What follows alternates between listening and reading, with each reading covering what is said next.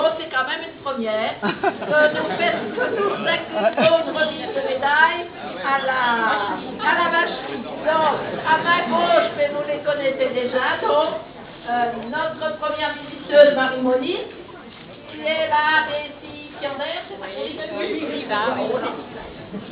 et puis Dominique Médac, elle est chevalier de la Légion d'honneur, et qui est la déléguée pour la remise. Et donc, avant la cérémonie de remise proprement dit, il y a Sylvain et Brigitte qui nous accueillent ici, donc ceux qui vont vous dire, ceux qui ont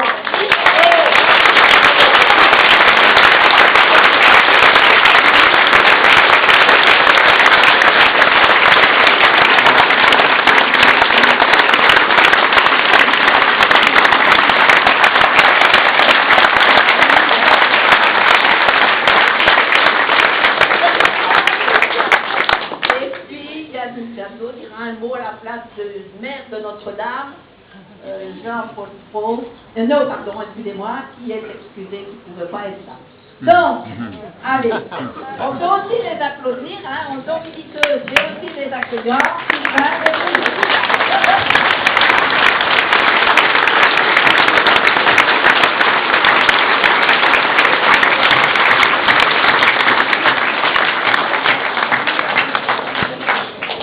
Bonjour à tous ceux qu'on n'a pas vus, bonjour mesdames, et merci de vous être déplacés toutes les deux aujourd'hui à Notre-Dame. Donc nous sommes très contents de cette remise qui a lieu à la vacherie. Pour nous c'est quand même encore un symbole fort. Et donc ici on a accueilli les squatteurs quand ils se sont fait expulser et que les maisons ont été rasées. Aujourd'hui, Marie-Monique vient se faire remettre un symbole quand même qui est fort de reconnaissance pour son travail et qui est quand même la défense des terres agricoles. Et on en reste là. La terre doit rester pour nourrir les hommes. Et en ça, je pense que tout le combat fait ça. Garder la terre, pouvoir la transmettre à nos enfants et à nos petits-enfants et qu'elle serve à nourrir et la préserver de tout ce qui peut être empoisonnant pour elle. Et la travailler avec amour et en y faisant attention. Voilà.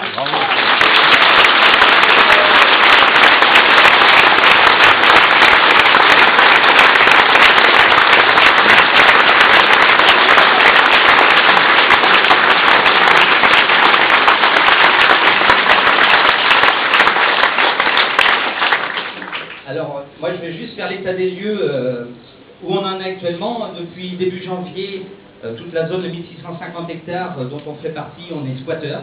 On habite chez Vinci, parce que les terrains, les maisons, la vacherie appartient à Vinci. On est exproprié, mais pas expulsé encore.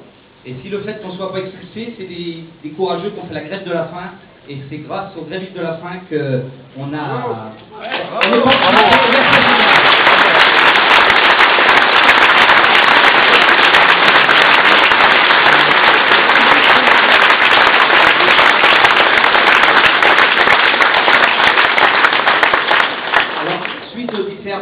comités de dialogue et comités agricoles qui ont été proposés par le ministre de l'Agriculture ou le Premier ministre, on a un peu de répit cette année et sans doute l'année prochaine au niveau agricole. Alors, un an de visibilité au niveau de l'exploitation agricole, c'est très court parce que c'est pas en un an qu'on gère, c'est pas sur une année qu'on gère l'exploitation, c'est des rotations, mais on voit un peu mieux. Ça fait 6 mois, on ne voyait pas où on aurait été et on était bien embêtés. Là, cette année, on a un peu plus de visibilité, donc c'est mieux.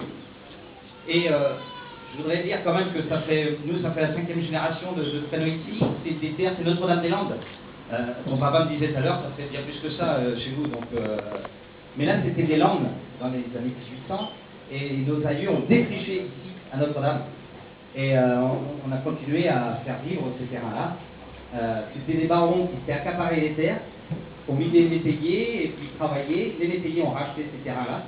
Et aujourd'hui, on se fait expulser par des barons de la finance, par Vinci, par des grosses sociétés que tu connais bien.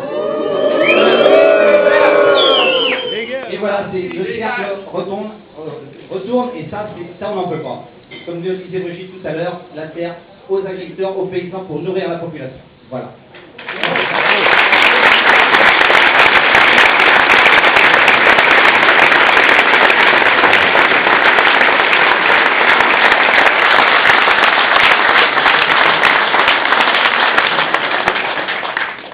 Je ne sais pas ce que les chercheurs, comme toi, à un moment diront comment cette lutte a réussi à devenir une lutte nationale, une lutte presque internationale, et comment cette lutte, par sa mobilisation, a fini par gagner.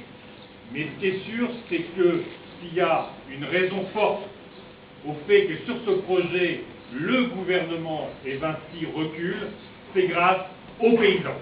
C'est grâce aux paysans de cette zone. Donc je vous demande aujourd'hui, comme demain, comme dans les mois à venir, de soutenir les paysans de la zone. Il faut soutenir les paysans de la zone.